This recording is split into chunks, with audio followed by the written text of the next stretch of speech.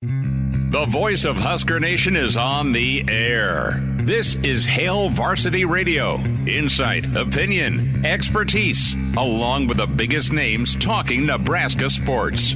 Join in with the show at 402-489-1240 or 1-800-825-5865. Now, here are your hosts, Chris Schmidt and Elijah Herbel.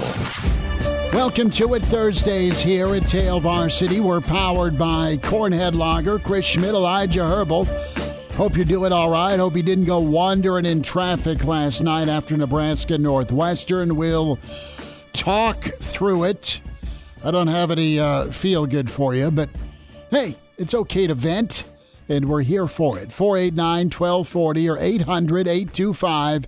800-825-5865. Can dial up and join the show. Can also be part of the StreamYard crew, the Hail Varsity YouTube channel. We stream the show live every afternoon, and you're welcome to jump in with some of your comments. We'll get the starting five. We shot out roll call, the starting five, the first five in the stream, and a few stragglers. We appreciate you checking in. Follow us, watch us, find us on Twitter, the Hail Varsity Radio account at HVarsity Radio. Plenty of Husker hoops and Super Bowl thoughts. We'll get to all of it. Brandon Vogel going to be with us from Counter Read. We'll kind of clean up the recruiting class. Some final thoughts, and Rhule and company. We'll talk some ball with Rhule with Vogel, Brandon Vogel, coming up here in 15 minutes. In hour two, he won a Super Bowl with Elijah's Denver Broncos. Oh, those are his Denver Broncos. Yeah, you weren't born yet, but Tony Veland, a great Husker, great member of the Omaha Metro community, part of the Warren Academy. And really an impactful guy in the Super Bowl where John Elway got that first ring after many trips. So Tony Veland kicks off hour two. We'll spend time with Gary Barnett to get his thoughts. We'll try and coax out of Barnett any similarities to Animal House and his time at Missouri in a fraternity. All of this is in reference, of course, to Dartmouth suing and getting the okay to have their players as employees. Well, you were saying the other day, Animal House based on Dartmouth? Yes. Really? Yes. You wouldn't think of it being Ivy League. Oh, I think there's some sick puppies in the Ivy League. It's okay. I was not smart enough to get in there. I'm not judging. I'm just saying the smart kids might be just wired a little differently. They might have something pent up deep down. A little bit. Yeah. From prep school, probably. Too smart for their own good. Yep. So Barney will join us at 5:25. Danny Burke, our gambling insider, Burke's Best Bets. Plenty of Super Bowl props to get to. Let's get to it. The starting five. Roll call. Black Hills, Brennan checks in. Elijah also in, not our Elijah, a different Elijah. A better Elijah. Jeff in at number 3. Brennan wants to reiterate we suck again. He's not happy with basketball. Matthew checks in at 4. And the other Brian in at 5. The artist formerly known as KG Kids for Life, in at 6. Roger 7. Nebraska Grandpa 8. Andrew in at 9. Herdizzle sneaks in along with Brandon. So, fellas, thanks for checking in. Tell your buddies. Let's keep growing this stream chat on the YouTube channel. Okay, let's get down to brass tacks. The line was -6.5. Northwestern was favored. It was a gift.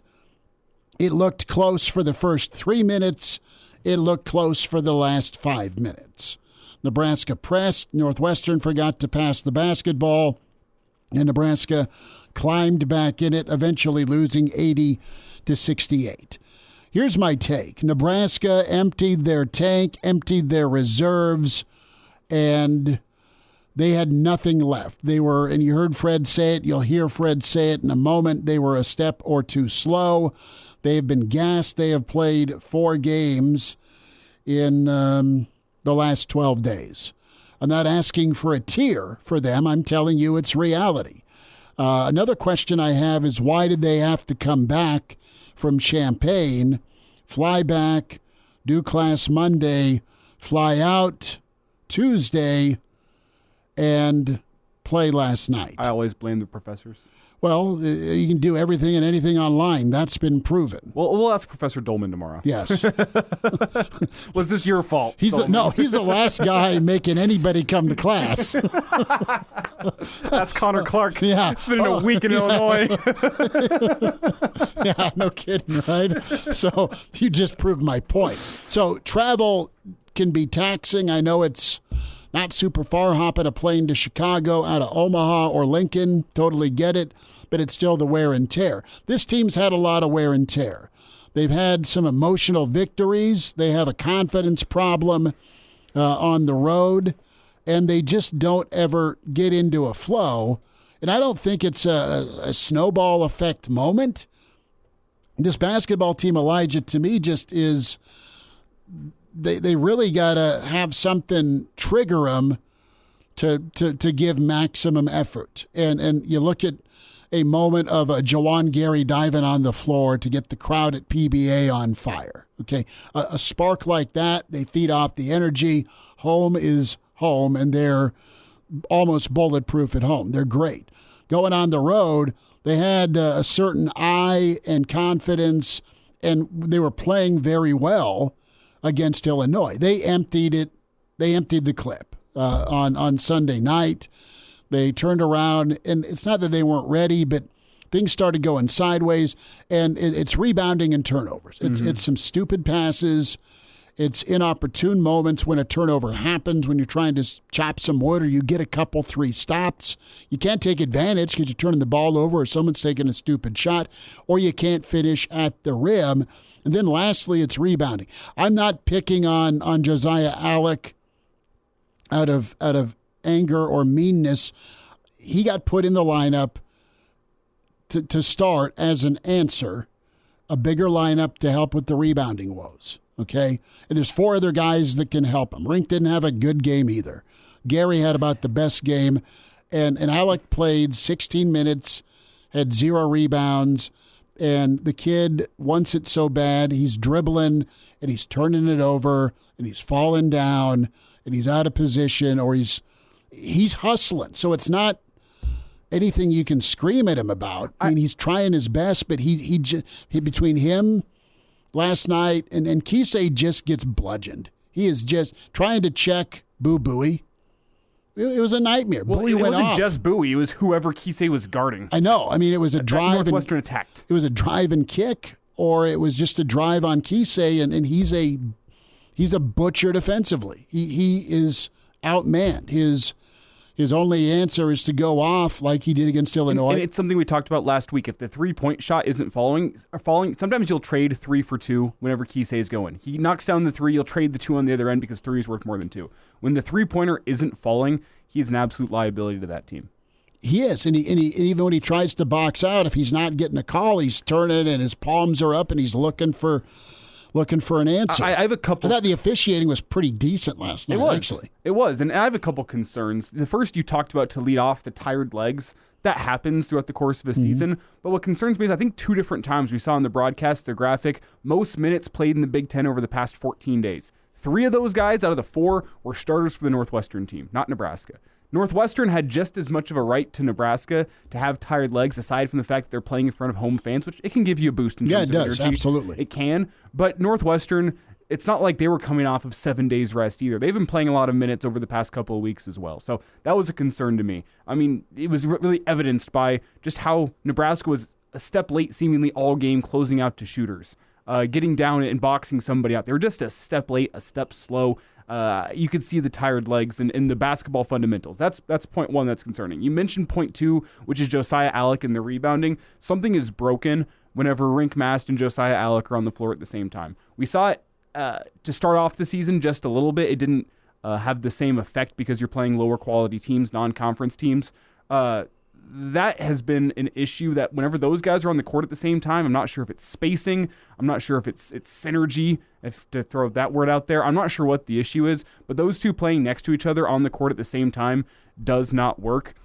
And the last thing I'll say is it really felt like shot selection waned last night. There's a couple culprits, but there were times even more on the road this season than at home, and especially last night, where I just looked at a shot and went, why the hell? There's 25 seconds left on the shot clock. Why are you putting that one up right now whenever Northwestern's on a run? And the game was really decided by that one run in the first half from Northwestern. I think it was 5 possessions where Northwestern ended up with 14 points on 5 possessions, 4 3-pointers, 1 2-pointer. Like, they just went off. They went nuclear. Nebraska was down 15 at that point, and they were pretty much able to hold that deficit for the entire game. Couldn't cut into it beyond about 10. It got to, I think, almost 20 at one point. 21. But it was right there in that 10 to 20 point range. It was really decided by that one run. Nebraska didn't have the life, didn't have the legs to ever really mount a true comeback threat. It's one that I really should have seen coming. It's the same concerns we've kind of been talking about all season long. Again, another ugly road performance from Nebraska. You fall from being in that top 4 spot all the way down to 7 now. You've got a 2-way tie for 6 in the Big Ten with Indiana and Michigan State. You have Minnesota that has surged. They've won 3 straight, and it's going to be pretty fascinating down the stretch. And Fred nailed it. They're going to have to win a couple on the road because he knows they're up against it. And it's not just that you lost at Northwestern. Last night does not eliminate you. You got the Wisconsin win. You played well at Illinois.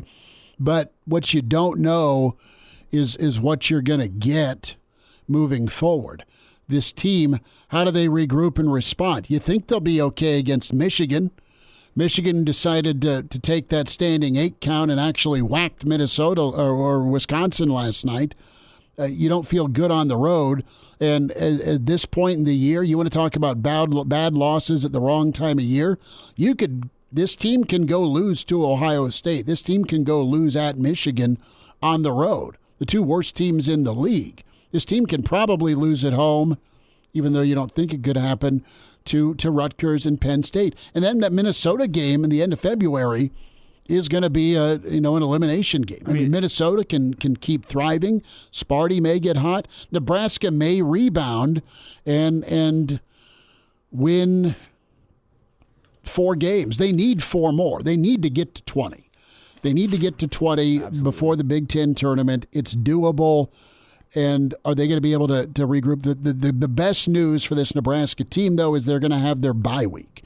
They get a week off between Michigan and Penn State. God love them. They earned it. They deserve it. And Fred's been saying a lot in post games and in media sessions about the 2-day preps. It's been grueling for them, but they still don't. And any coach will tell you it's about effort with rebounding. And you just got to overcome. Sometimes they do, sometimes they don't. They just don't choose to be locked in. There's guys that have played too much basketball in their career to have as many lapses as they do. And Alex played a lot of basketball. Rink's played a lot of basketball. Bryce has played a lot of basketball. The best news of last night, beside Gary and his passion and his effort, was Jamarcus Lawrence. Lawrence shot well, played well, responded well, and hopefully moving forward, he can have a strong finish to the end of the regular season. Well, it's about regrouping, as you said. You got to go take care of business against Michigan. It's something I've been saying on this show for 1 month, maybe 2 now. This team is good enough to get anybody, but they're not good enough that you can feel good against everybody in the Big Ten. Your confidence level as a Nebraska fan is still, it's that roller coaster that you can't be riding as a player. And let's talk Wilcher. I mean, we're talking 2 games now. Wilcher's had not Superman performances, and that's okay. But he needs to be a little bit better, and this team lets the negative affect them on the road, right? They're unable to block it out and respond somehow, some way, just either from a decision making standpoint. And it's not that they didn't play hard, but the little things, i.e. a rebound or a communication or knowing where to be or whose job it is to stay in the paint, that's just, there's too much going on. Real quick from Fred with Gary back and Fred's opening comments last night after the loss. Yeah, I mean, Juwan, he's as important as anybody in our roster. And, first of all, credit to Northwestern. I thought they were great tonight. They came out the aggressors. I thought we were a step slow early in that game. And, we talk about two things with our team. We talk about taking care of the ball, and we had 17 turnovers in rebounding. They had 13 offensive rebounds, and I think they outscored us 26-8 off turnovers, and that's too many. We talk a lot about when you look at our success this year, we've taken care of both of those areas. We've taken care of it, and we've rebounded. When we've taken care of one, we've had a chance, and when we've lost both, we've gotten our butts kicked, and that's what happened tonight. But yeah, Juwan, it's good to have him back on the floor, and you see the versatility that he brings to our team. We tried to start a little bit different lineup tonight. We went big, but again, I thought we were a step slow early when they built that lead, and we dug ourselves that big hole. I would like to see Jop get some time, and I know he's super raw and super young, but dude's athletic. He can jump. Crazy wingspan. Yeah, he can defend the rim. He can jump and go get a rebound for you. I think it's time to see what he's got. And I know we've done Fred the favor of tweaking his lineup the last 7 days. You got to look at it, and listen, Alec can bounce back Saturday against Michigan, but it's not just an Alec problem. I mean, that whole thing, there's guys looking at one another. Why is there another offensive rebound? Fred needs to lose it. And now, back to Hail Varsity Radio. Thanks for hanging out. Hail Varsity, powered by Cornhead Lager, Chris Schmidt, Elijah Herbel. We welcome in with counter read Brandon Vogel. Brandon Vogel is hunkered down in his football/hoops den. Counterread.com is where you log on and find his work, Aaron Sorensen's work. Good to spend time. Vogues, same road woes for Nebraska basketball. We'll get there. We'll talk signing day for Nebraska, and kind of get your comments and thoughts on Nebraska's full class and the Glenn Thomas comments from Coach Rhule. But Husker Hoops, we were texting last night back and forth a little bit, and you and I really weren't that surprised with how this went. It just, between mismatches and whoever was trying to be checked by Tominaga, I mean, it was just a nightmare for Nebraska. And Elijah, you sent me a screenshot of a offensive rebound that Fred will no doubt probably pause in the film session, where you got Gary, you got Lawrence, and then you got, we'll just call him Lurch, whoever the big dude was with the beard that transferred in from Princeton for Northwestern, their center. I mean, he was going Frankenstein, throwing people out of the way, Will Ferrell bathrobe, and just getting the offensive It's 1-on-4. glass. Nebraska's got 4 guys in the paint. I can throw this picture up on Twitter. It's Mast, it's Williams, it's Gary, it's Jamarcus Lawrence. Northwestern has 1, and they grab the offensive rebound. I can do the best I can to get it on the screen. Yeah, there's 4 guys there, and that was not a Dennis Rodman moment, Vogues. You prescribed the remedy here for rebounding in Nebraska basketball. Maybe you have the answer. I wish I did. Get a little bit bigger. I mean, I think, a lot of that comes down to Rink Mast is obviously kind of the guy who makes everything go for Nebraska, I think, for the most part. And he's not that kind of big, and Nebraska hasn't had.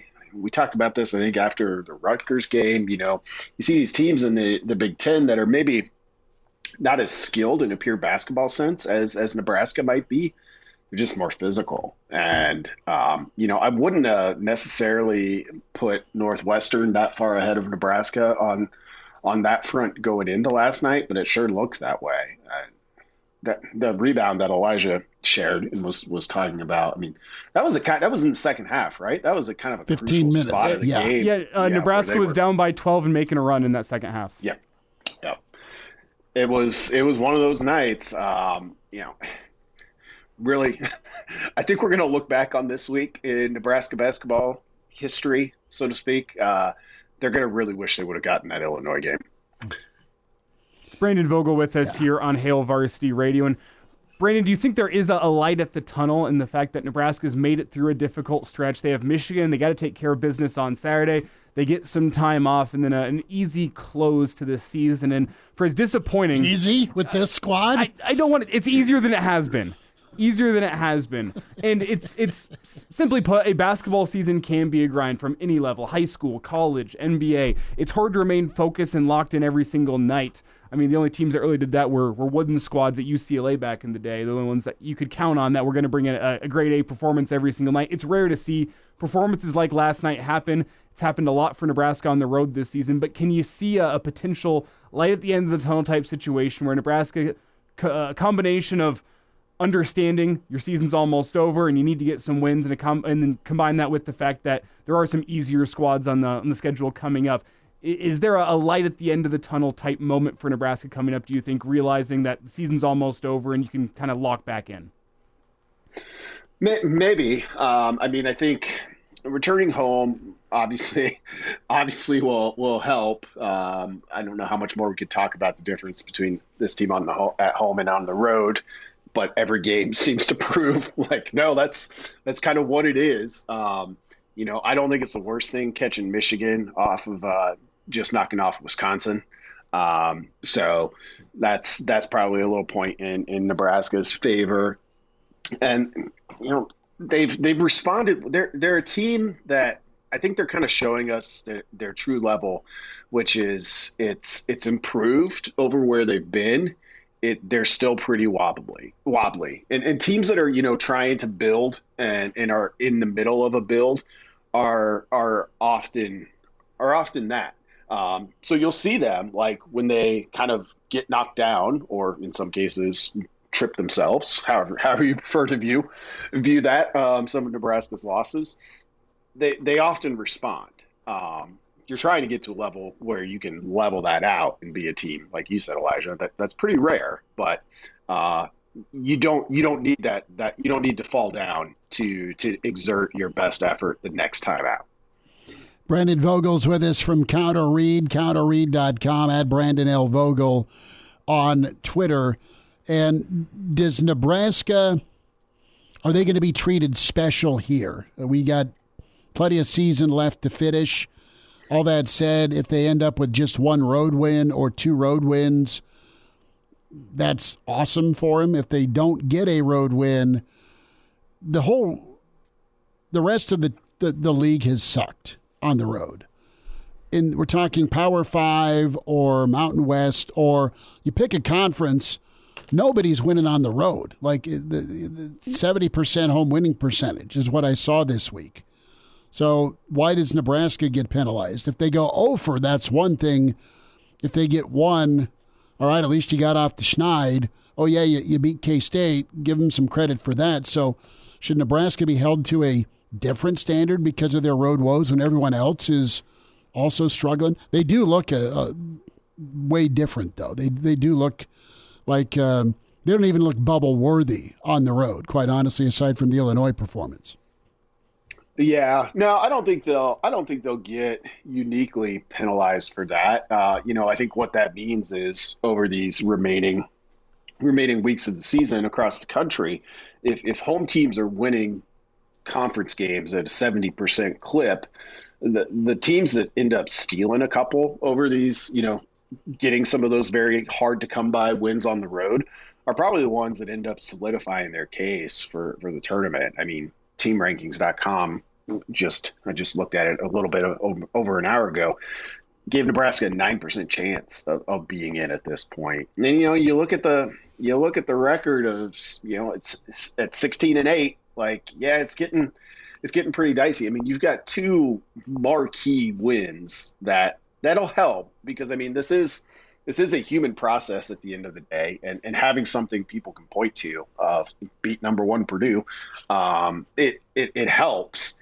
but they're just I don't think they'll be uniquely penalized if they don't end up with some of those road wins, but I think they're going to have to get some to get this resume to where it needs to be.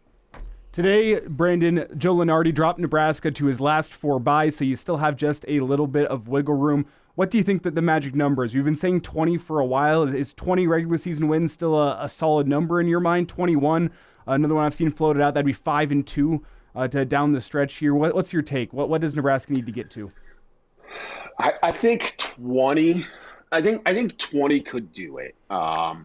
With the top 10 wins that Nebraska has on its resume. So can they get there going, so that'd be 4-3? Yeah, I think they can. But even at 20, like I think below 20, you're hoping at that point, and it's not a very realistic hope.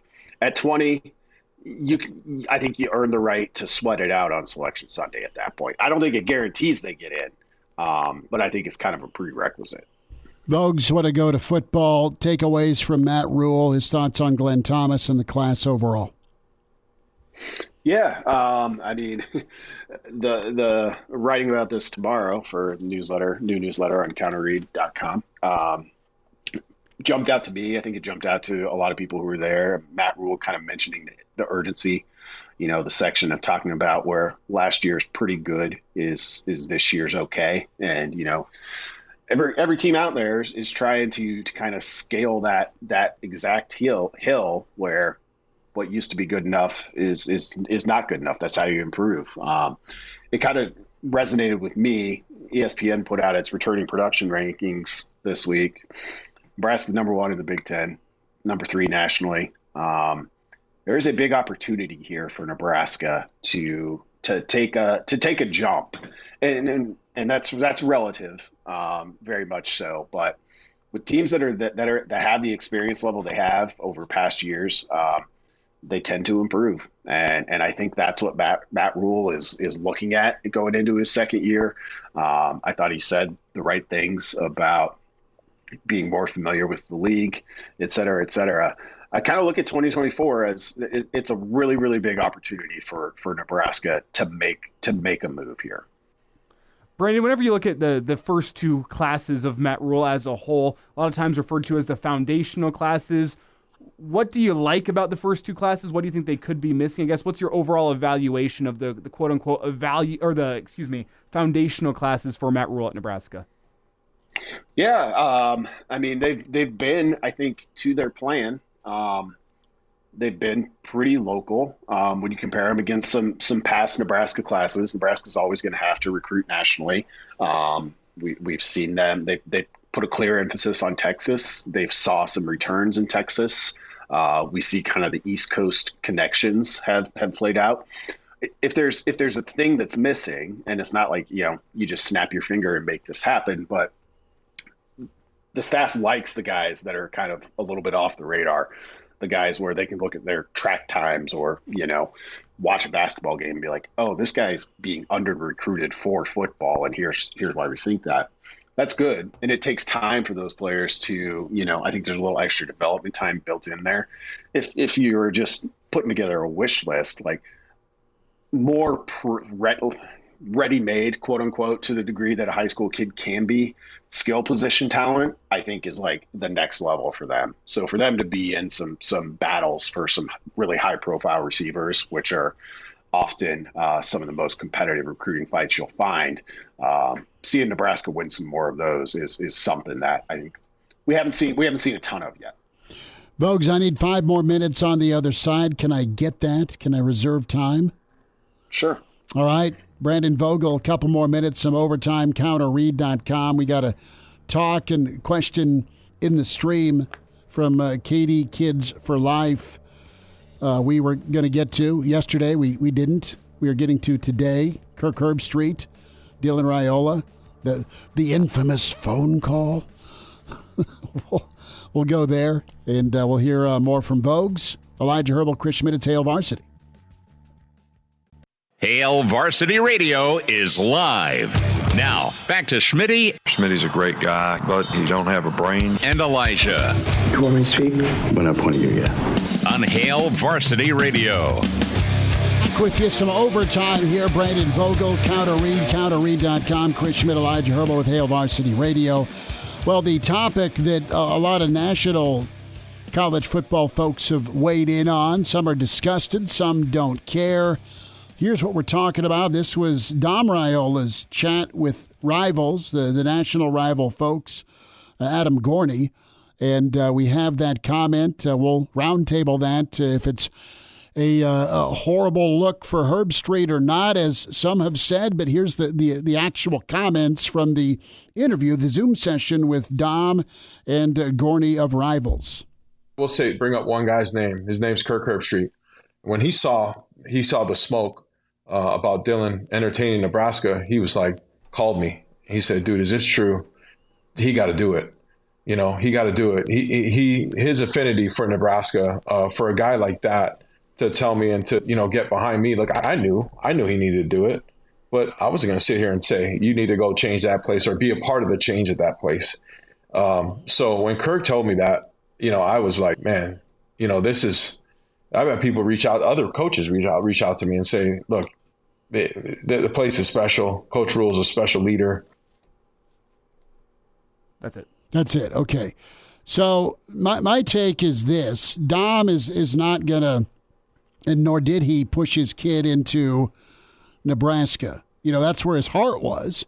Eventually, Nebraska just kind of stuck around for Dylan as a place that could be a lot of things he wanted.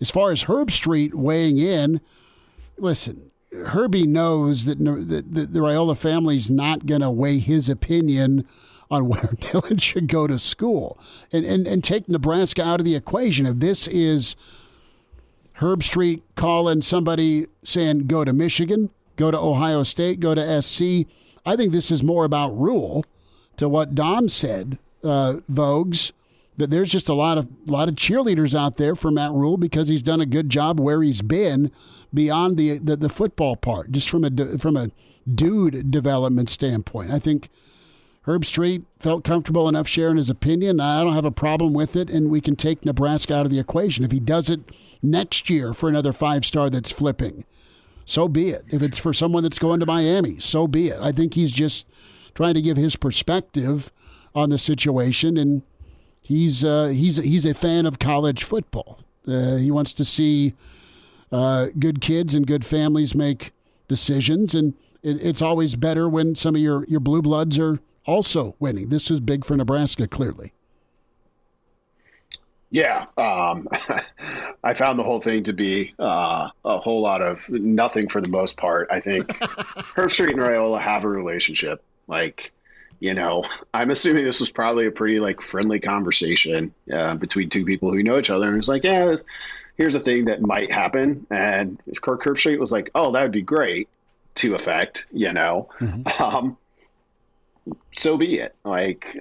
It's just the idea that Herbstreit had sway here. I guess he's somebody who Raiola wanted his feedback, which makes sense. Mm-hmm. He had 2 sons go and play at Clemson, which wasn't Ohio State, was it? But I think the point there is he saw he saw something he liked with Coach Sweeney, and that's where he wanted his sons to go play. You hear a lot of effusive praise about Matt Rhule. Probably wasn't much more than that. It's pretty crazy, Brandon, because you go through the comments and it's all Georgia fans saying further proof that Kirk Herbstreit hates Georgia. I think that every fan base in America must think that Kirk Herbstreit hates their school, except Ohio State. Well, he doesn't live in Columbus anymore. He moved to Nashville. He got the hell out of Columbus a long time ago because he was being lit arrows at by Ohio State fans. So yeah, his home don't even love him all the time anymore. Michigan fans are convinced he's still a homer. So it's just everybody. Yeah. Everybody out there, I guess, is convinced that Kirk Herbstreit hates their school and just their school.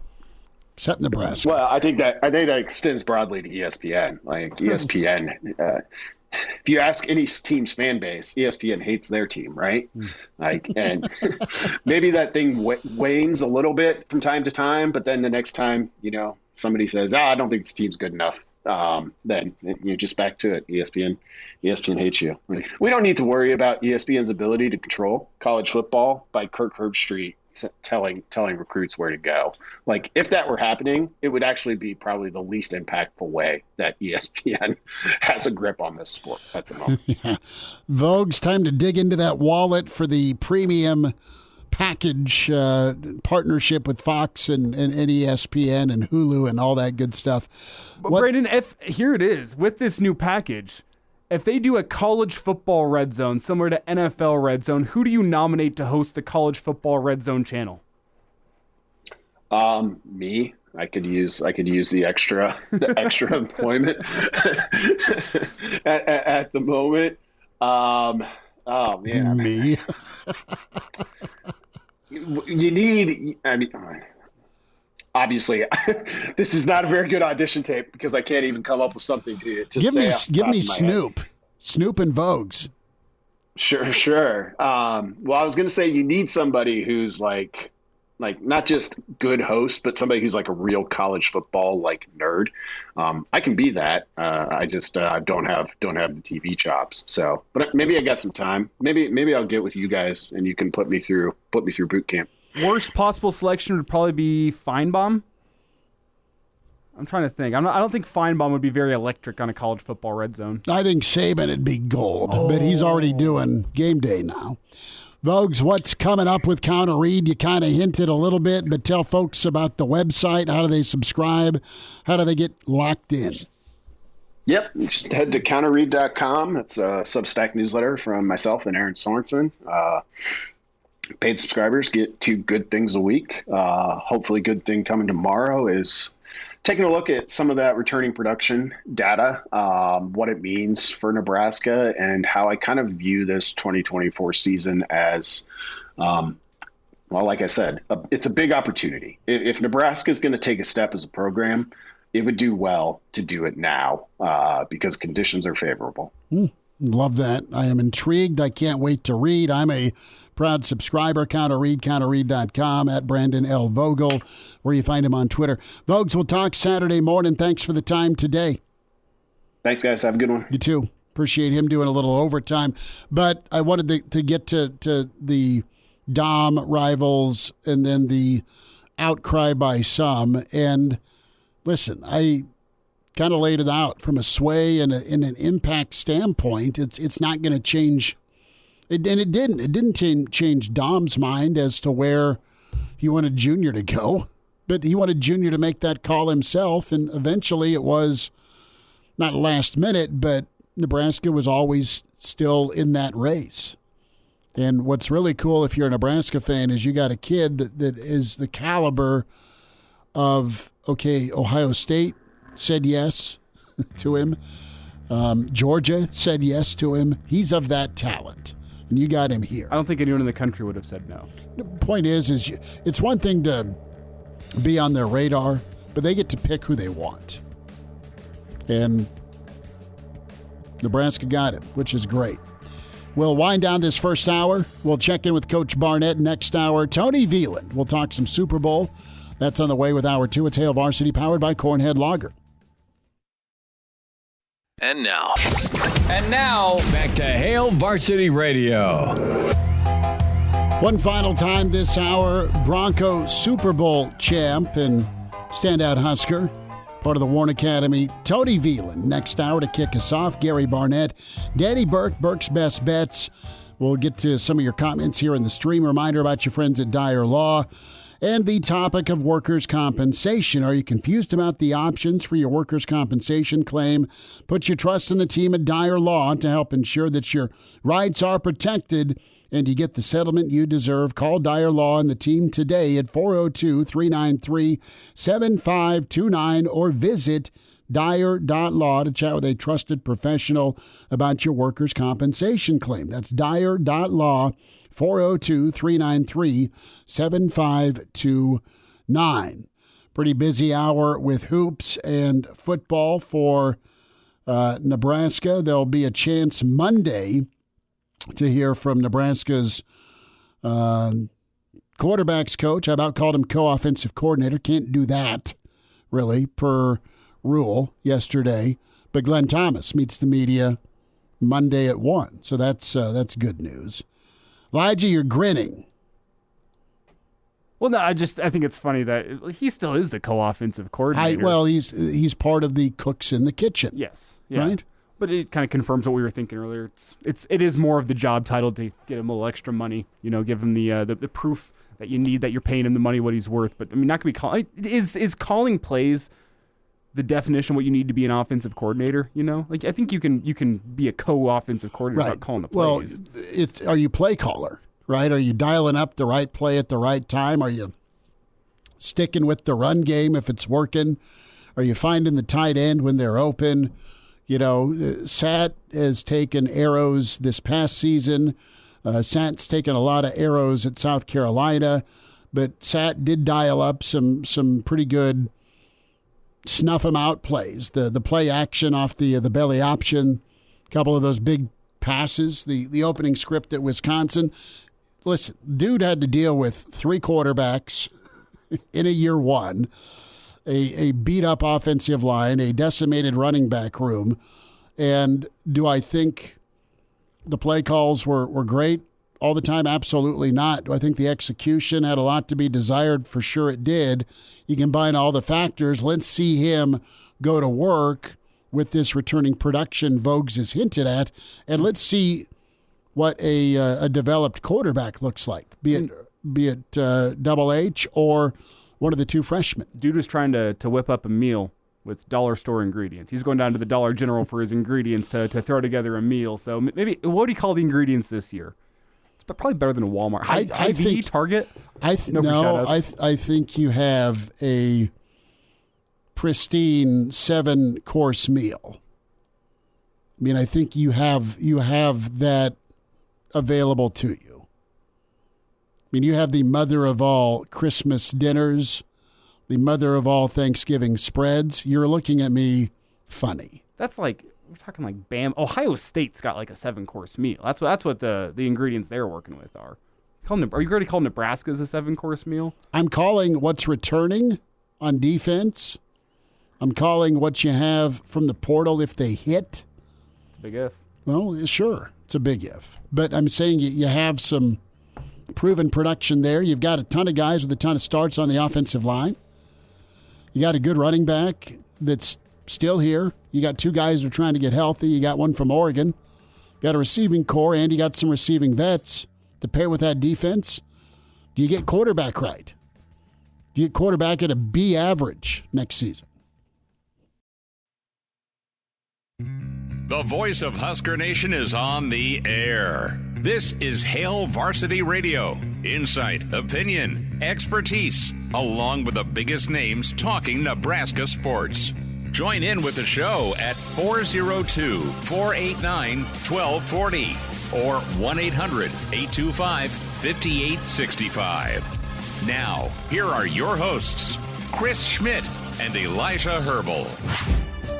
Back in, Hail Varsity continues. It is Super Bowl week, and we check in with Huskers that have that Super Bowl ring. We welcome in one of Omaha's best, Tony Veland, with us on Hail Varsity.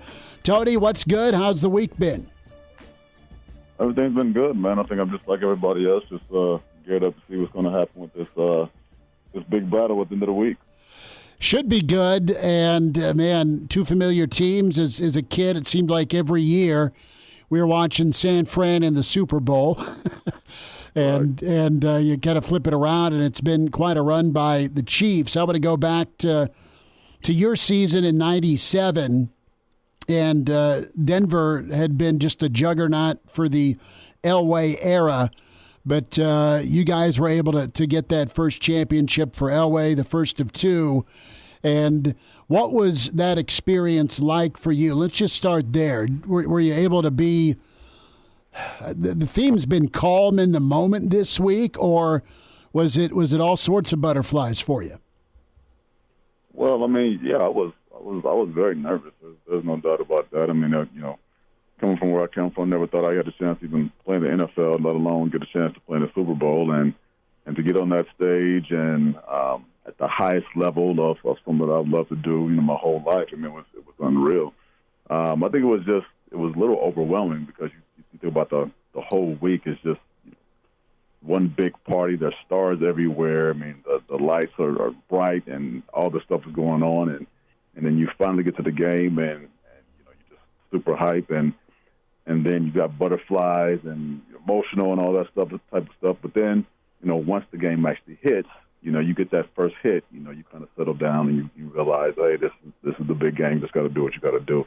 I was just happy to be there. I was in a great situation with, a bunch of, Hall of Famers on that team, going against Green Bay, who I think we were like 10 or 12 point underdogs or something like that. So, the world was still kind of against us, but to have that, the caliber of players that we were playing against and in that setting, it was a great hype, great build up, and we were able to pull it out. So it was a good experience. You had a big moment in the game, Tony, and I think you forced and recovered a fumble. Big turning point, not a lot of turnovers in that game, and it gave Denver a spark of momentum. You go on and win the game 31-24. Terrell Davis, of course, the mile-high salute. But you had really kind of made your hay on special teams. How was that mindset for you when you not only came into the league as a later round draft pick, but were able to make the team and then contribute on that stage?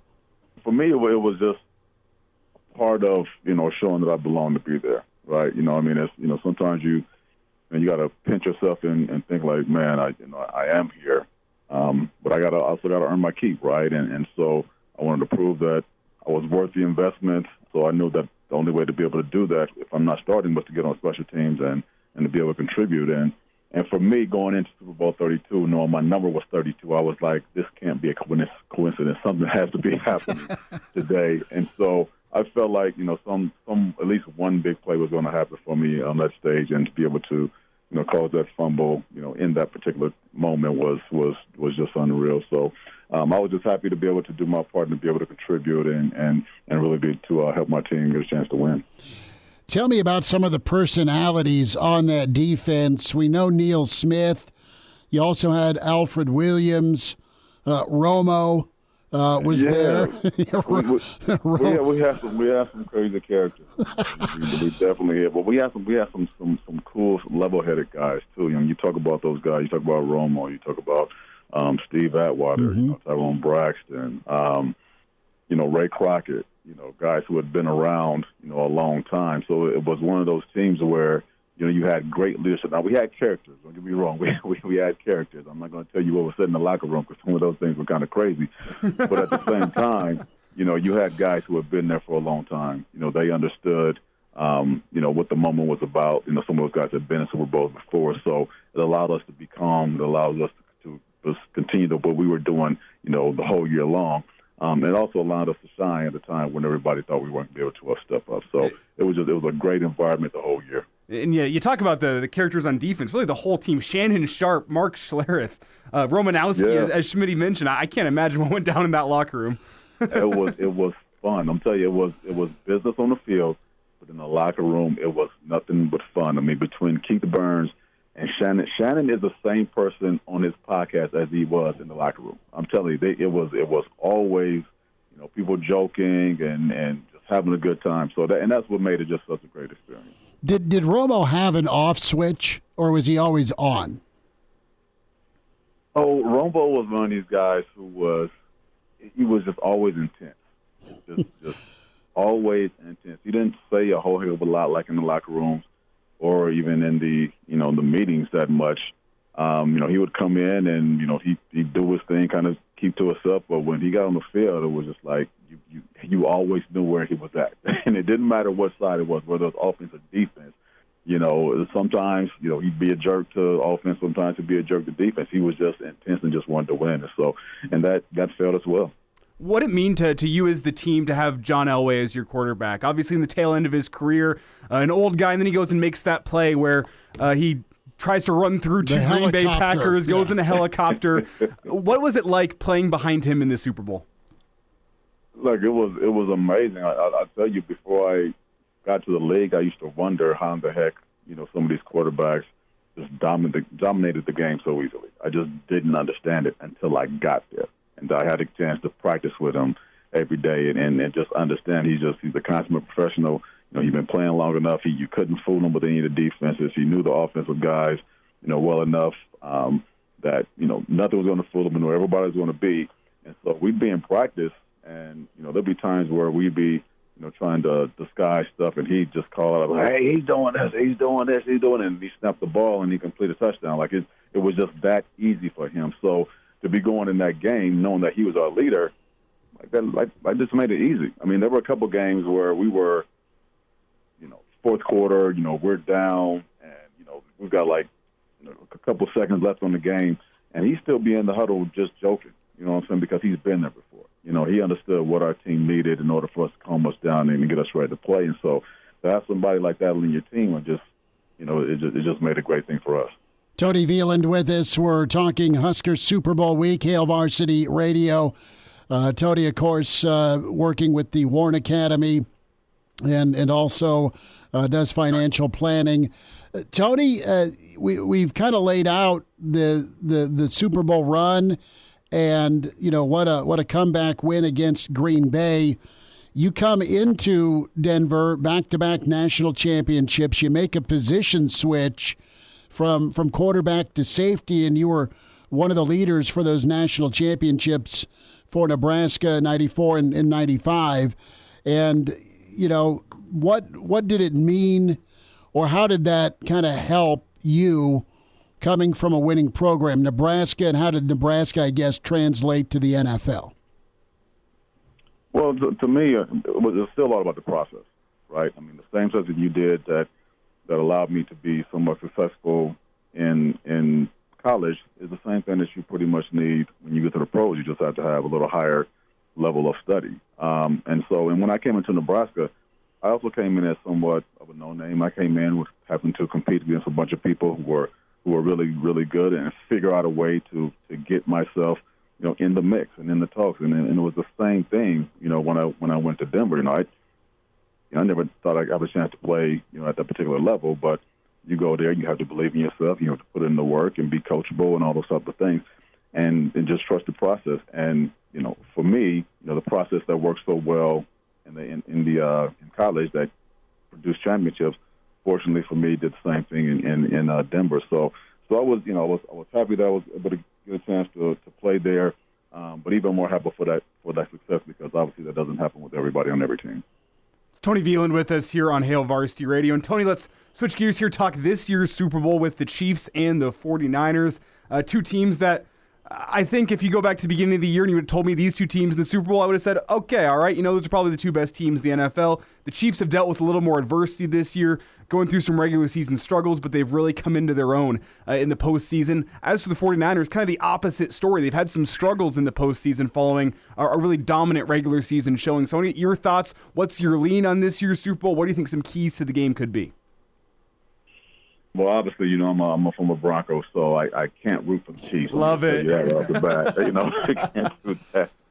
That being said, Patty Mahomes, man. It's Patty Mahomes. I don't know. He's like one of those old Peyton Manning guys or Tom Brady guys. It's just hard to bet against him. You know what I mean? So if they can't find a way to, kind of ruffle his feathers, it's kind of a wrap. I know I've heard somebody else say that if you don't do something with Kelsey, then it's going to be a problem. But I think it just comes down to Mahomes, man. If he's playing well, it's going to be hard for him to be beat, even though that the 49ers have a great defense. Your job a lot of times was to deal with a tight end in coverage. And does Kelsey remind you of anybody you had to D up during your era in the NFL? Not really. At least for me, not really, because I didn't have to guard as much. Obviously we have some really good, I played with a great tight end, and Shannon Sharp. But he's just a monster, man. He's a big guy, he's fast. He knows how to use his body. He's smart. He's quicker than you think he is. He just presents like a really, really huge problem. But again, I think it's the guy who's getting him the ball. Sure. Right. The guy who has great poise. He can throw it anyway. Sometimes he'll switch to the other hand and throw it to the left hand. He's just when you're getting the ball from a magician. Holy smokes! It's not that hard to be successful. So. It's gonna be a really good game, but again, if Mahomes has a good game, I find it really hard for San Fran to pull that out. Well, let's stay with the tight end theme. It seems like the state of Nebraska just prints tight ends. And, Tony, let's talk about the Warren Academy, the work you do there, the training you help with.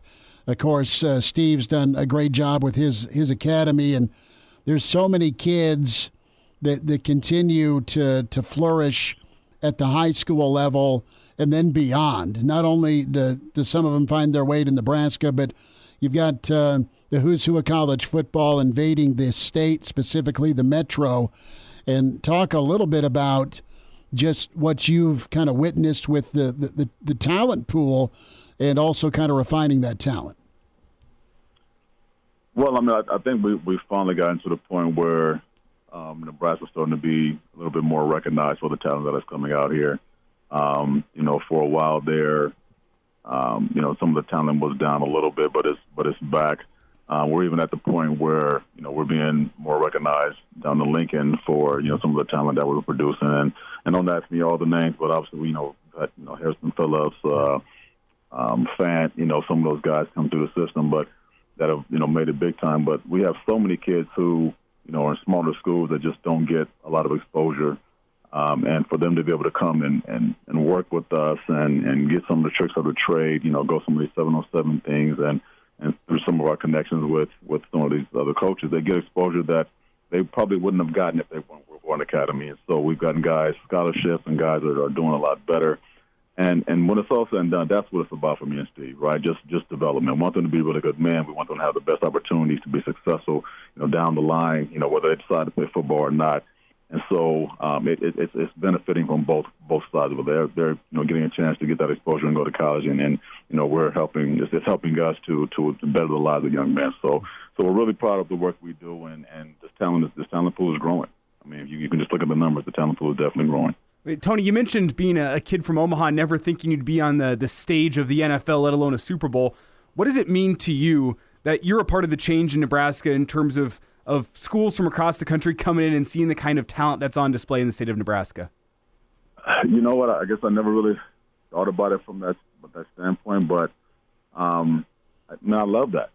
I love that. I've always been about the youth, and I always want our youth to have a chance to be successful.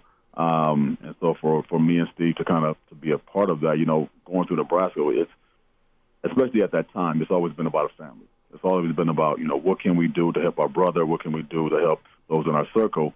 And, my circle is this community. My circle is the youth. My circle is those kids who are playing football and maybe playing basketball, maybe playing baseball and those type of things and trying to figure out what the next step is. And so the fact that we can kind of help them do that really fills me. Last thought, Tony Veland. Tony, thanks so much for your time. As a kid growing up, who connected with you? Who mentored you? You're a phenomenal athlete, obviously, college, NFL, high school standout at Benson, but who kind of took you under their wing when you were a kid? I would probably say more than anybody else, my high school coach, Lonnie Tapp. I lost my father when I was, 15 years old, and so, he was that kind of next guy in line who, he saw the talent in me, saw I like to work hard, and kind of guided me with some of those decisions. And he's been a friend, pretty much to this day. The second guy was obviously when I got to college was Coach Osborne. Just the way he ran the team, just the way he cared about people. I mean, it's hard not to be considered part of that family. So I've had some great men in my life, but I'll say those two probably stick out more than anybody else. Tony, thanks for sharing your story, your experience, and thanks for what you're doing for the youth in Nebraska, and appreciate you giving us a few minutes today. All good, man. I appreciate it. You guys have a good week. And now, back to Hail Varsity Radio. Back with you, it's Hour 2 at Hail Varsity. We're powered by Cornhead Lager, and we welcome in Hall of Fame coach with Colorado and Northwestern. Gary Barnett joins us. Coach, hope you're doing all right. Thanks for a few minutes today. Oh, you're welcome, Chris. Yeah, we got a little wind, and it's chilly, and we got rain, and Waste Management is here this weekend, which is just a great outing. But it's I don't think it's ever been as wet and windy as this one's going to be. So it'll be interesting to see if everybody still dresses up to the nines to go out to watch this golf tournament. Well, and, will the beer showers have the same effect if it's damp out? I mean, you can get rinsed off a little easier. Yeah, if you win and deserve a beer shower, then it doesn't make any difference. That's about right. I got to ask you about this SEC Big Ten Alliance here. That advisory committee is doing what? They're advising each other on how to break away. How do you see this thing continuing to matriculate? Well, they're claiming that it's an advisory to the NCAA. What do? You got to believe them. But one committee can lead to something else, and so when you look at it, you certainly think that's what it's about, is trying to break away. But they're jumping up and down saying, no, we're just advising the NCAA on how to proceed from here. To me, that's just a smart move by the two commissioners to be involved with this in a committee. And, the optics don't say just advise, but that's what they're claiming. And that's it with the way things are, Coach. And you look at the NFL schedule, you've got 6 to 8 weeks with your family. And if you're not in the playoffs, you have more. You have zero time to do anything. I mean, this was yesterday. Coach Rhule had a presser. It was about 40 minutes. And it was the second signing day, which we're kind of used to now, but it's still new. But he's recruiting every day. Head coaches are recruiting every day because of the portal and NIL. There's no rest at all for college football coaches. No, it was always tough. I mean, you were always jammed in. You only had a few weeks in the summer, and you had at least some time in the spring to where you could do some research and development, before spring ball started.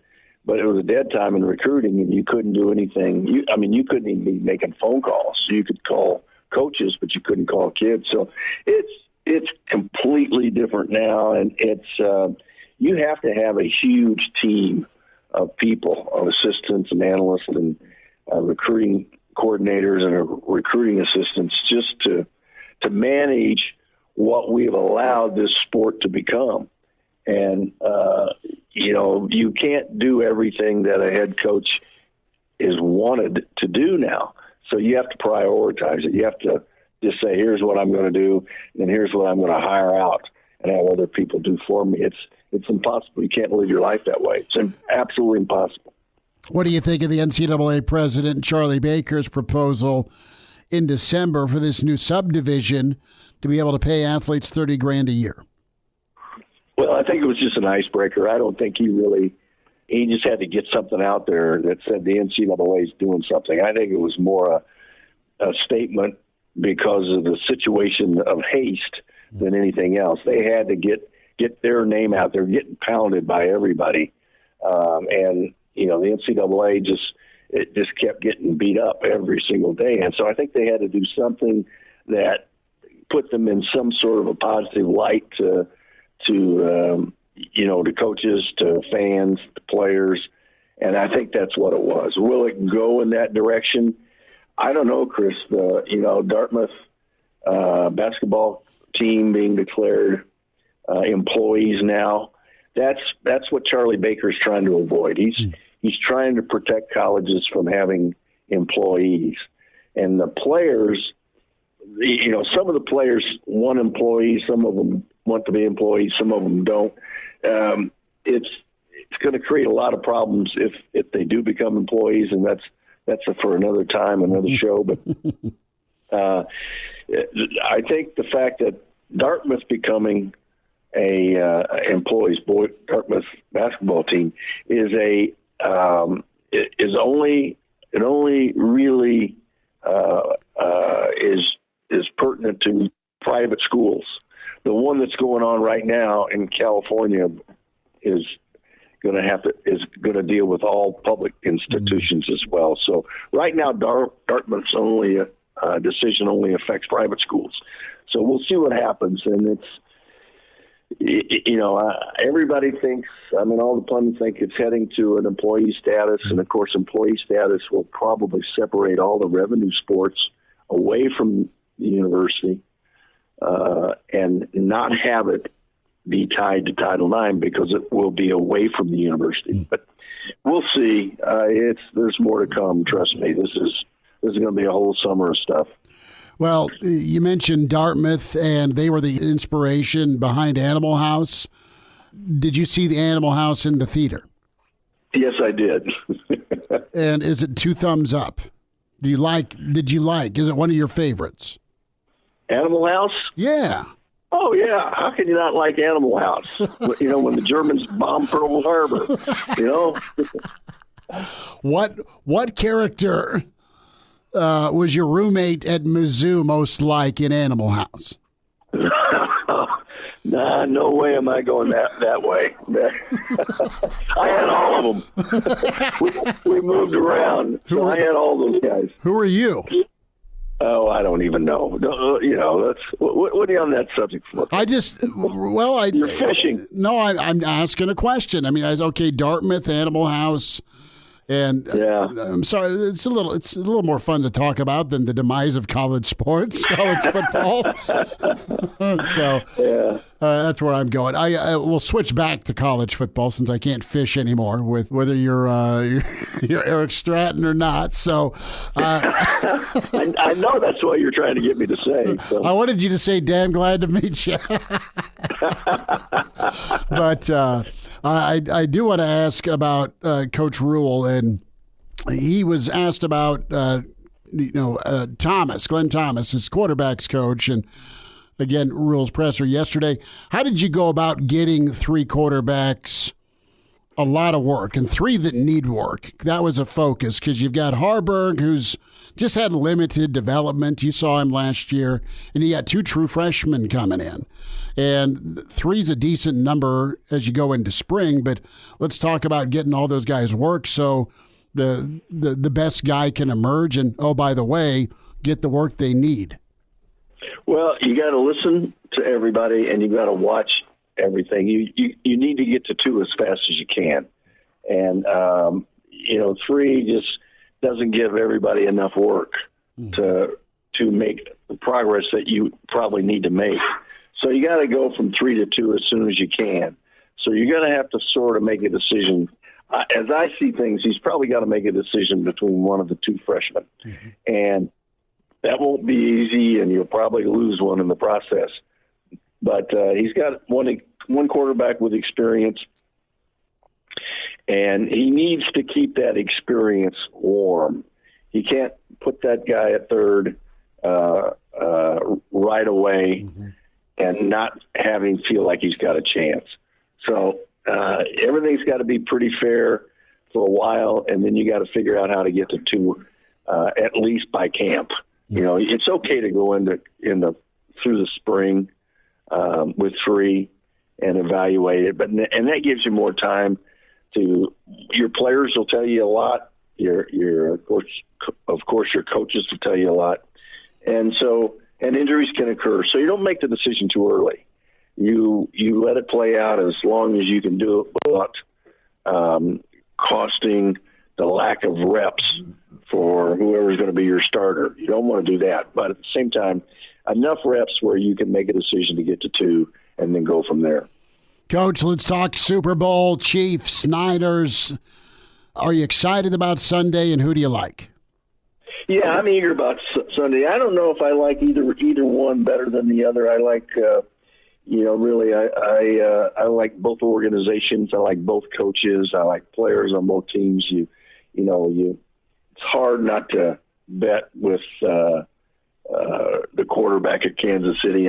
Patrick Mahomes is the best player on the planet at the quarterback position, but Brock Purdy's such a great story, and being a local kid down here makes it even better. But it's such a great story, and so it's I think it's going to be fun to watch, and I'm sure they're going to have stories galore about all of this. But I don't know. I think this game comes down to injuries.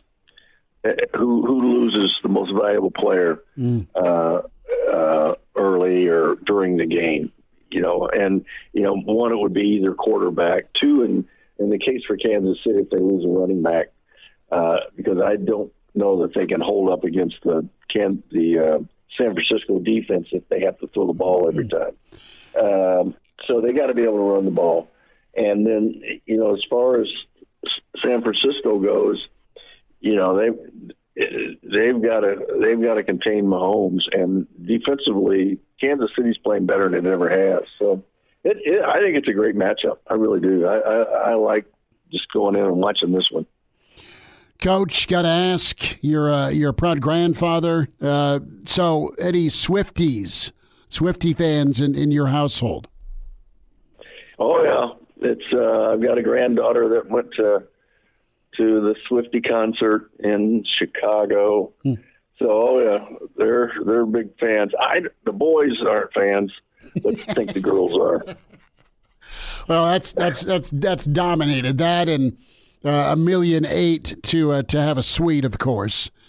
Are you blown away at what it costs to get into a suite, or not even suite, but just get there? It's going to run you, family of four. You fly out of Kansas City to Vegas. You buy 4 nosebleeds for $28,000, $7,000 and $9,000 to get in the building. That's just incredible. And 10 years ago, I had friends that went down to Glendale, see the New England Seattle one, and it wasn't cheap, but it wasn't $7,000. I mean, that's just incredible what they're costing nowadays. Well, that's somebody else's issue. It's not mine. So no, you're right. You're right. Look at it and I'm just amazed that people will do that. But there's got to be discretionary income, and it's whatever's important to you is what you're going to spend your money on. People want to know why I've got 4 drivers in my garage, but you need all 4 of them at some point in time. Coach, you have a good weekend. Enjoy your time, and thanks for your time today. All right, Chris, great being with you. And now, back to Hail Varsity Radio. Thanks for hanging out, Hail Varsity. We're powered by Cornhead Lager, Chris Schmidt, Elijah Herbel. We will have a response from Kirk Herbstreit with all the flack/arrows he's been taking on the conversation he had with Dom Raiola. He sat down with Feinbaum. We'll have that in less than 10 minutes. But it's gambling time. We say hi to Danny Burke, the pride of Chicago, Burke's Best Bets, Burke'sBeat.com, at Danny Burke 5 on Twitter. Danny, it is Super Bowl week. We have all sorts of props to talk. How you feeling? How's your corner of the world, my friend? I'm doing good, fellas. It's about that time. Finally, it's the most aggravating stretch, right? You talk about this game for 2 weeks after we've had football every single weekend since the end of August, and now it's the culmination of everything. We're finally here, and I'm just ready to get through with it. That's typically what my mindset is when we get closer and closer to kickoff. But all in all, I am excited for it. It'll be good, and I have not decided what to do financially yet. I lean on one Danny Burke and the Burke'sBeat.com insight, where I can observe, and then I can steal, quite frankly, and chip you off 15%, good sir. Where are you starting? I mean, what, as you've analyzed this, and you've loved this for a long time, you've done well in baseball, you've done well in college football, college basketball, you've killed it in the NFL. I'm anxious to kind of, what angle are you chasing, or are you thinking there's some value? Let's start there for folks that do this, and all right, what's a way to make some money on something they love watching? So in general, if we're kind of looking at the macro sense of everything, the more respected bettors, the more bettors who have been doing this for a while, when it comes to the Super Bowl, a strategy a lot of these handicappers like to implement is waiting till pretty much as late as possible and just going against the public in so many different facets of props. Because if you're casually getting into it, nobody wants to sweat out and under. And this is the general philosophy and assumption in most games, but especially when it's the biggest betting day of the year. So for people who may like the under on certain props, It's not as beneficial to wager on that at the beginning of the 2-week stretch, even at the beginning of the second week. It's beneficial to wait about an hour, maybe 30 minutes before kickoff, because that late money comes in of everybody just pounding and pounding and pounding the over. So that's kind of a general tip if you want to get involved with the props outside of the novelty ones. If you have insider info, all of those things, you're going to get limited anyways. But that's probably the biggest thing I would say if you want to be the most efficient with your process, Schmitty, aside from the stuff that you like outside of that. So, Danny, I've seen this week that the 3 largest bets right now across the sports books in Vegas are all on the 49ers money line. Are you telling me that likely those aren't the sharps? Those are members of the public putting that in, and I should fade them approaching kickoff? Not necessarily. Look, the adage is the sharp money is going to move these lines. And while that is true for pretty much every single weekend and every single sport, the one exception is the Super Bowl because of how big a handle you're going to get from the public. So the public does actually have some influence in these markets as opposed to your regular NFL weekend. Now, that's not to say that some of those bets are not, sharp money. That's a little bit tougher for us to decide. You kind of just got to read the market, understand the side that you like, and try to nitpick the best number that way.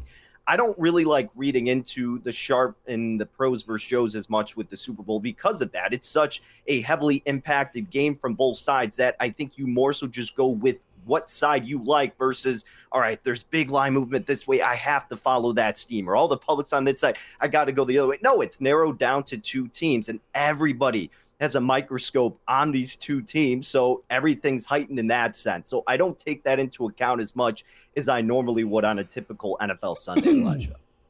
Danny Burke with us here, burksbeat.com. Danny, let's talk a little bit here about the website and some thoughts you have. And Elijah, I know you got the old back pocket parlay / prop bets you want to get into as well. And what are some things you like or you've been studying here, Danny, for this weekend? Yeah, so I'll rifle off a couple props here. The first one that I made heading into the big game, guys, was Isaiah Pacheco over his rushing yards. I get that that's going to be a heavily played prop, but why not? This guy's been crushing it not only the entirety of the season, but even more particular throughout the postseason. He's been averaging 85 rushing yards on 21 carries per game this postseason for the Kansas City Chiefs. San Francisco, and it's not even a recency bias thing with them, their Achilles heel defensively has been limiting the run. You saw what Montgomery and Gibbs were able to do against this run defense. You saw what Aaron Jones was able to do. He got 108 rushing yards on 18 carries. Montgomery had 93 on 15 carries. Kansas City has implemented more of a balanced offensive style. Yes, you're still going to lead on Patrick Mahomes, of course, but a lot more of the strain has been taken off because of the viability of dishing it off to Pacheco. So I think the same thing is going to be utilized here, and I took him over 68.5. I know that's gotten bet down a little bit. I would play it as high as 70.5. I think Pacheco has a great game here.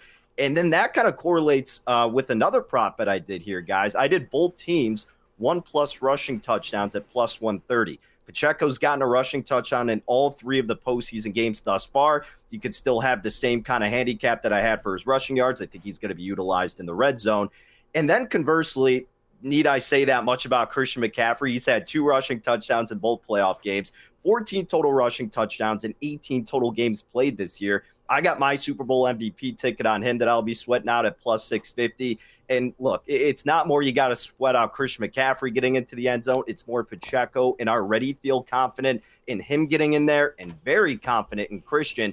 And the reason that I'm putting it together in this is because if you bet them individually for an anytime touchdown, McCaffrey's like minus 210 at the cheapest. Pacheco's like minus 130. And this takes out the chances of it not being them, right? I could have a backup running back. I could have a quarterback sneak. I could also have a wide receiver get it in there and still cash this bet, and I'm getting plus money. So that's another prop that I played, guys. Both teams to have 1+ rushing touchdown at plus 130. Danny, are you going to touch the result of the game, whether it be money line or spread?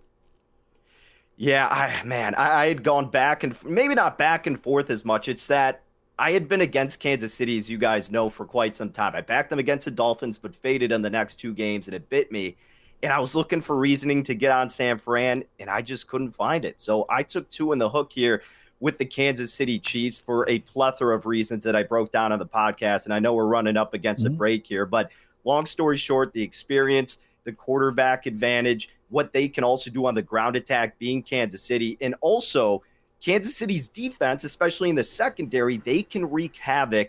And maybe I can potentially, it's very slim, but also find the 49ers win by 1 or 2. The Chiefs cover, and somehow Christian McCaffrey gets Super Bowl MVP. It's a very long shot, but potentially an open door, just a little bit that could occur. But I hate to say it because it's just like this team is so good every year, and I was doubting them. But I do think Kansas City ends up victorious. They get the nod in a lot of categories, despite what some of the deeper metrics are saying. A lot of the other areas still give the nod to Kansas City to be champions once again. Danny Burke with us. Danny Burke 5 on Twitter. BurksBeat.com. Log on real quick, Danny. About 10 seconds. The pod is titled what? Burke's Beat is the podcast, Spotify, Apple, and available on the website. You can check it out there. Thank you, guys. And Danny, what color is that Gatorade bath? Grape. I'm going with orange. Orange or blue. I'll go with orange, though. Give me grape or give me death. Danny, we love you. Appreciate you, man. Thanks so much. Hey, enjoy the game, guys. Take care. And now, back to Hail Varsity Radio. One final time on a Thursday. It's Hail Varsity. We're powered by Cornhead Lager, Chris Schmidt, Elijah Herbel. Thanks for tuning in. Sorry about the technical difficulty at the top of the hour. We got a second stream channel up and a chance for you to check us out. Back tomorrow. We are loaded. We'll hear from a special guest in the 5 o'clock hour, the Pride of Fairbury, Bill Dolman with us. Clausburn back with the Friday forecast, Jacob Padilla. And we're going to have a cool chat with Tom Rathman, two-time Super Bowl champ with the 49ers, of course, coached in the Super Bowl with Coach Harbaugh. So that's on the docket, and a special guest in the 5 o'clock hour as well to reiterate that. A reminder about buckling up. Use your seatbelt. It saves lives. It prevents injuries. Only if properly worn. Make it click. A message from the NDOT Highway Safety Office. We're pulling night shift duty tonight, Elijah, as the Average Joe pod will get going about 7:30. The Pride of Fairbury, Bill Dolman, the Athletics, Mitch Sherman. So we'll have that going. And if you haven't checked that show out, we'll be posted tomorrow morning. So we encourage you to give it a review, give it a subscription, let us know what you think. Tell a friend. Again, that'll be posted tomorrow morning, the Average Joe Sports Show. Yep, plenty of Hurrdat properties, of course, to check out as well. And the Hail Varsity YouTube, subscribe there. Subscribe and follow the radio show Twitter feed at HVarsity Radio. And without further ado, we had the audio for you. We talked about the Herbstreit air quote influence, which mountain molehill was our take on things. Now Herbstreit was called on the carpet even by his colleague Paul Feinbaum. Here is Feinbaum and Herbstreit just an hour ago. My question to you or anybody is if somebody, and I know Dom, we're not great friends, but I know him pretty well. When somebody calls and says, what do you think of Matt Rhule? And you like Matt Rhule. Are you supposed to say Matt Rhule is a bad guy? Matt Rhule is an idiot? Matt Rhule is a bad coach? Or do you say, I like Matt Rhule. I think Matt Rhule is a good coach. And then the other part of it that he said was that I think the family legacy, I think he mentioned he had a brother that was an assistant coach at Nebraska. And, of course, Dom was a great player there himself, All-American. And I think it sounded like the family, out of respect for their love for Nebraska, that they were really torn, is what he made it sound like. And I just thought I could, being a guy that went to Ohio State and a lot of it had to do with my dad, I just said, wow, that the fact that your son can go to any school, any powerhouse that's competing for national titles, and because of his respect for his own dad, he's thinking about maybe going to Nebraska, a place that hasn't competed for national titles in over 20 years. That says a lot about who the kid is as far as what he wants to do. It's not just about trying to go to the NFL. He's thinking a little bit more about it because of maybe the way he grew up in that house and the way they love Nebraska. So I just said, wow, that's a powerful thing if he ended up doing that. But I of course, did not sell Nebraska and try to tell anybody not to go to Georgia. That's the most ridiculous thing that anybody would do. But I did compliment Matt Rhule. If I'm guilty of anything, I said that Matt Rhule is a good coach, and he's a good man. And I believe he will bring Nebraska back the way he did Temple and Baylor. There you go. Well done, Herbie. He essentially said, what do you want me to do, lie? I gave him my actual thoughts. Yeah. I said, Matt Rhule's really good for Nebraska. I'd go there if I had a chance. Back at 4 tomorrow with Hail Varsity, powered by Cornhead Lager. Thanks.